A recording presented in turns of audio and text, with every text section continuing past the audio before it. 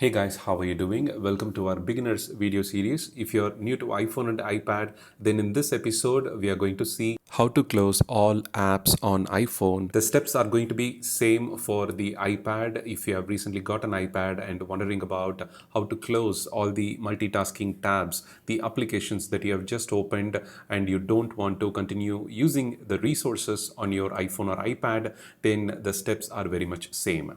The important thing that you need to understand is Apple designed the iOS in entirely different way compared to Android. Most of the people coming from Android normally used to the habit of, after using the device, they navigate to the multitasking panel and they swipe up the specific application to close it completely to prevent that specific application from consuming resources of CPU, GPU, the RAM, and the battery power especially.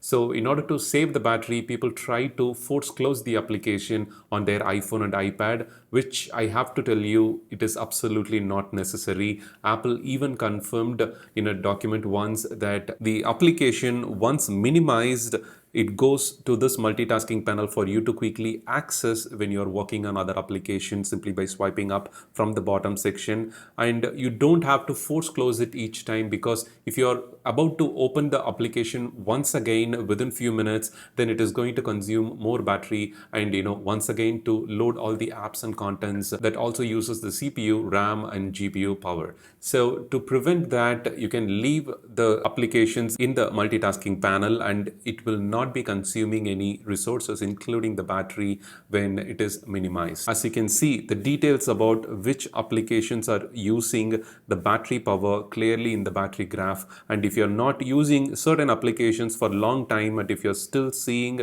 the applications peaking the overall usage in the activity graph, then there is a problem or a bug which can be fixed with a simple restart or just by making sure that the iOS is up to date to the latest version or not.